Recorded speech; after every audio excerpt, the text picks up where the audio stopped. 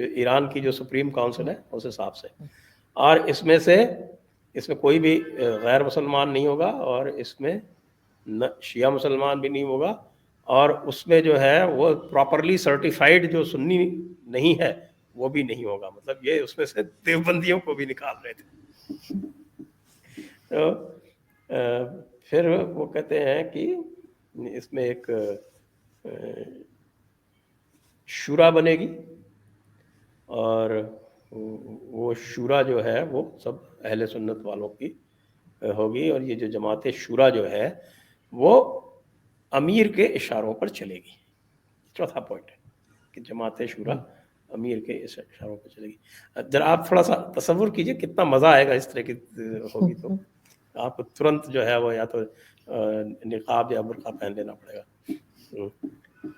پھر کہتے ہیں کہ صاحب کی جماعت شورا جو ریکمنڈیشن کرے گی اس کو امیر اپروو کرے گا, اور اس کے اپروول کے بعد یہ فائنل ہو جائے گا. اور کہ پھر کہتے ہیں کہ پاکستان کی جو سرکار ہے وہ اس کا جو پرائم منسٹر ہوگا, جو اس کا جو وزیر اعظم ہوگا وہ امیر اپوائنٹ کرے گا. جی ویسے بھی آج کل بھی امیر ہی اپوائنٹ کرتا ہے, پاکستان آرمی از دی امیر. یہ بھی صحیح ہے, واقعی میں ایسا ہی ہو رہا ہے. پھر جو پرائم منسٹر ہوگا وہ سارے انٹرنل اور ایکسٹرنل افیئر جو ہوگا اس کا نظام نگرانی ہوگا, اور جو ڈپارٹمنٹل ہیڈز ہیں یعنی جو منسٹرز ہیں وہ پرائم منسٹر نامینیٹ کرے گا. اور پھر جو نامینیشنز بھی جو ہوں گے اس کو امیر جو ہے وہ پہلے اس کے اوپر مہر لگائے گا, تبھی وہ نامینیشن فائنل ہوں گے. اور جو بھی آپ کے ٹیکسز ہیں وہ سب شریعت کے مطابق ہوں گے. اور 11واں یہ کہتا ہے کہ جو غیر مسلم ہیں ان کی حیثیت شریعت کے مطابق ہوگی. تو یہ 11 پوائنٹ کا چارٹر جو ہے یہ انہوں نے مئی 1946 میں جو کمیٹی بنی تھی وہ انہوں نے ڈرافٹ کیا, اس امید میں کہ بھئی اب تو سرکار تو یہ جو جنہ کو جو حیثیت ہے, یہ مسلم لیگ کو جو حیثیت ہے وہ تو ہم نہیں دلوائی ہے, تو اسی حساب سے بننا چاہیے.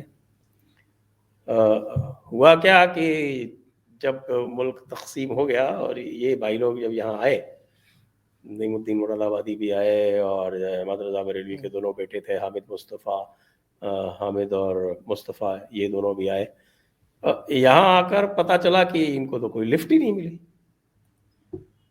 اور جو لوگ جو تھے وہ قومیت, یہ لوگ قومیت جدا گانا کی بات کرتے تھے, سپریٹ نیشن کی, یعنی اس کو 2 نیشن تھیوری کرتے ہیں. تو یہ بریلوی جو تھے سارے کے سارے قومیت جدا گانا والے تھے. اور آپ کا دیوبندیوں کا ایک میجورٹی طبقہ تھا وہ قومیت متحدہ کی بات کرتا تھا, کمپوزٹ نیشن کی. حالانکہ لاسٹ میں بالکل 1946 کے اینڈ میں اس کا بھی ایک دھڑا جو تھا وہ ٹوٹ کے جنہ کے ساتھ چلا گیا. کیا نام تھا ان کا, شبیر احمد عثمانی, وہ ایک بڑے دیوبندی کلرک تھے. تو اب یہ ہوا کہ یہاں پر اچھا پھر دوسرے جو آپ کے جماعت اسلامی والے تھے ابوالعلا مودودی, وہ بھی قومیت متحدہ کی بات کرتے تھے. اور یہ قومیت متحدہ والے تھے, ان دونوں کا آرگیومنٹ یہ تھا کہ اگر مسلمان تقسیم, اگر ملک تقسیم ہونے کا مطلب ہے کہ مسلمان 2 حصوں میں تقسیم ہو جائیں گے تو پھر ان کی طاقت بہت کم ہو جائے گی, اور ان کی طاقت کم ہو جائے گی تو پھر بر صغیر کو یعنی کہ سب کانٹیننٹ کو ہم پوری طرح سے اسلام میں کنورٹ کرنے میں ہمیں زور آئے گا, اس لیے ہم تو اندر ہی رہ کے اس کو کنورٹ کریں گے. اور یہ بات جو ہے ان کی ایک 1945 میں ایک ان کی جوائنٹ کانفرنس ہوئی تھی, اس میں صاف صاف آپ کے جو حسین احمد مدنی تھے وہ بالکل صاف صاف بولی بھی تھی, اور یہ الگ الگ ہو جائیں گے. یہ مولانا آزاد بھی اسی حامی کے تھے کہ ارے بھائی الگ ہو جائیں گے تو دقت آئے گی ہمیں, اور اسی لیے انہوں نے بہت سارے مسلمانوں کو روکا جانے سے پاکستان, جس سے ان کی حیثیت نہ کم ہو جائے. اور جو مسلم لیگ والے تھے ان کو بعد میں کانگریس میں شامل کروایا. خیر یہ تو آپ کے یہ تو ابوالعلا مودودی جو بھی قومیت متحدہ والے تھے اور یہ شبیر احمد عثمانی، یہ دونوں پاکستان آ گئے.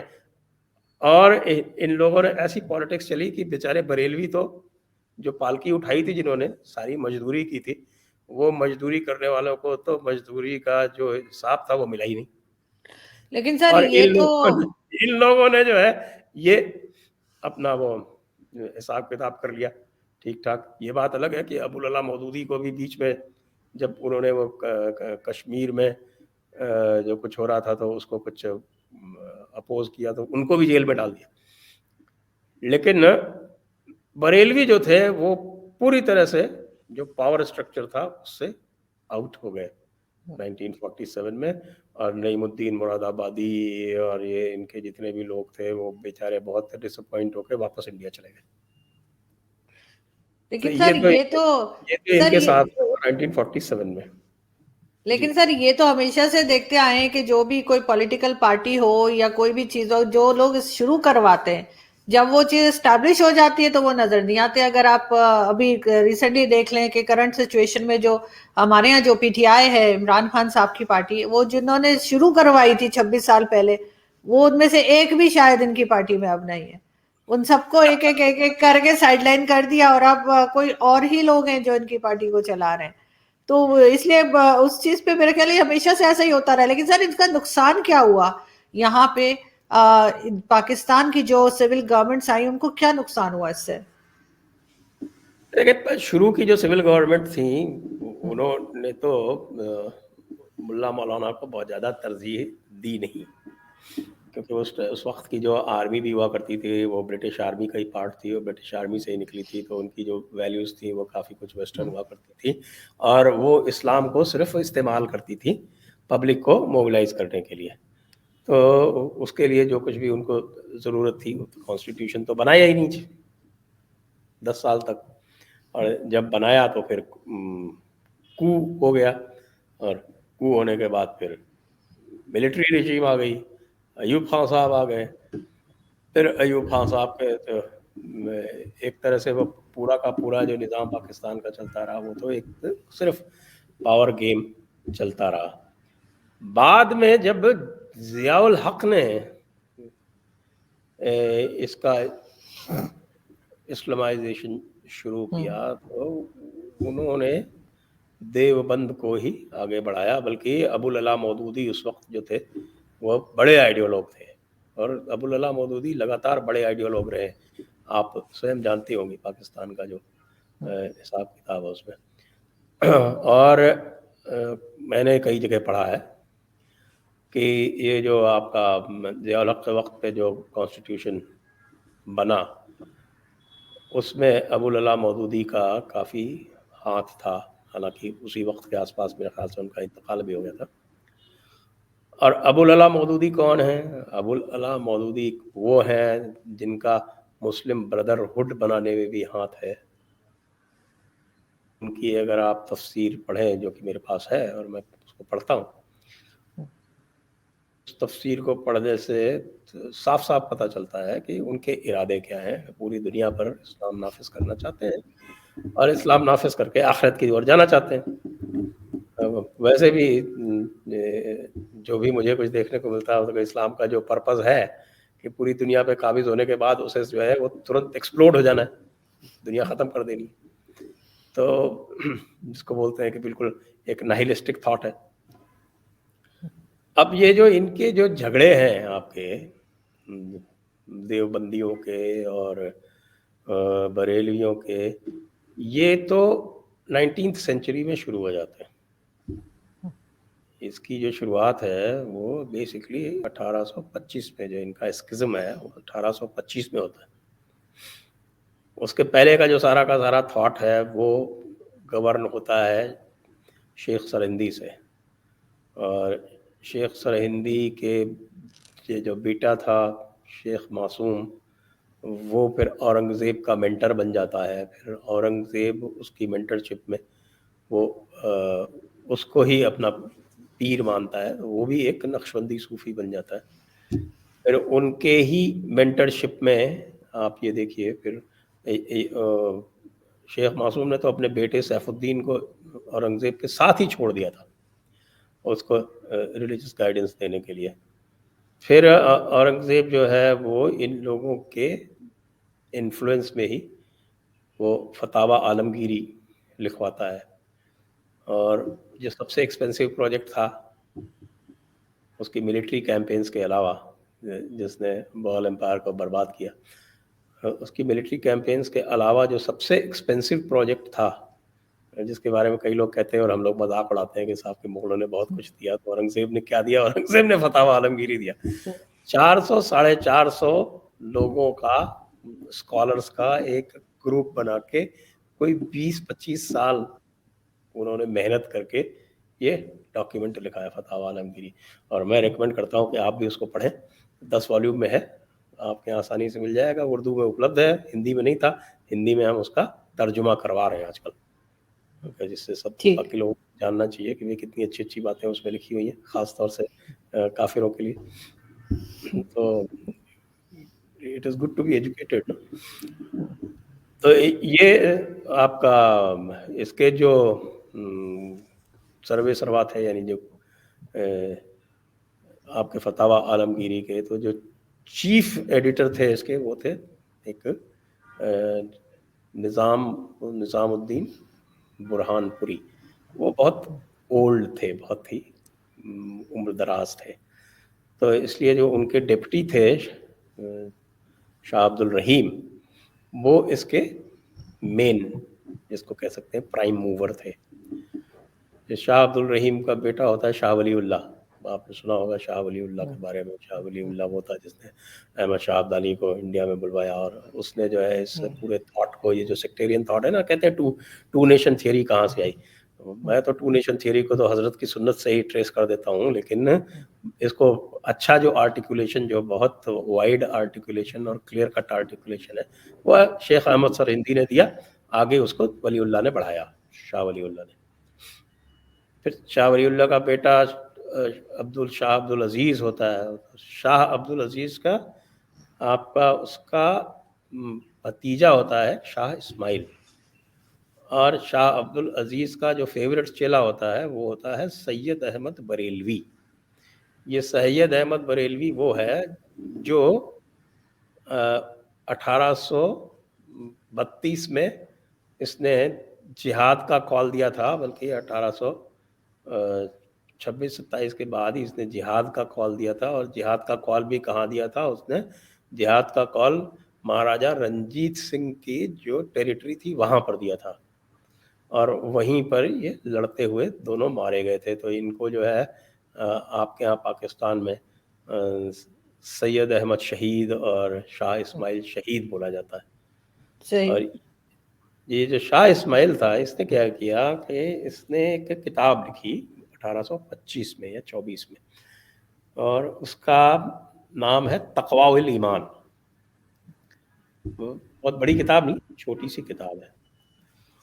اور اس میں جو ہے اس نے بہت ساری باتیں ایسی لکھی جو آپ کے محمد صاحب کے شان کے خلاف تھی. ان کو نے کہا کہ یہ کوئی اللہ کا نور نہیں ہے, یہ انسان کامل ہے, اور ان کو کوئی بھی, جس کو آپ کہتے ہیں کہ علم غائب یا حاضر ناظر کی کوئی پاور نہیں ہے, ہی از جسٹ انسان کامل.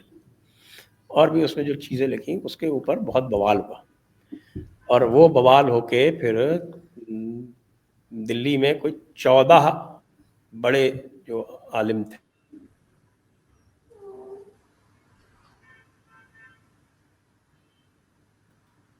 اور 14 جو بڑے تھے ان میں جو لیڈر تھے وہ ہمارے جو جاوید اختر صاحب ہیں نا, آپ جانتے ہیں. جی جی. جاوید اختر دا ایتھیسٹ. تو وہ جاوید اختر صاحب کے دادا جان کے دادا جان تھے. ان کا نام تھا مولانا فضل حق خیرآبادی.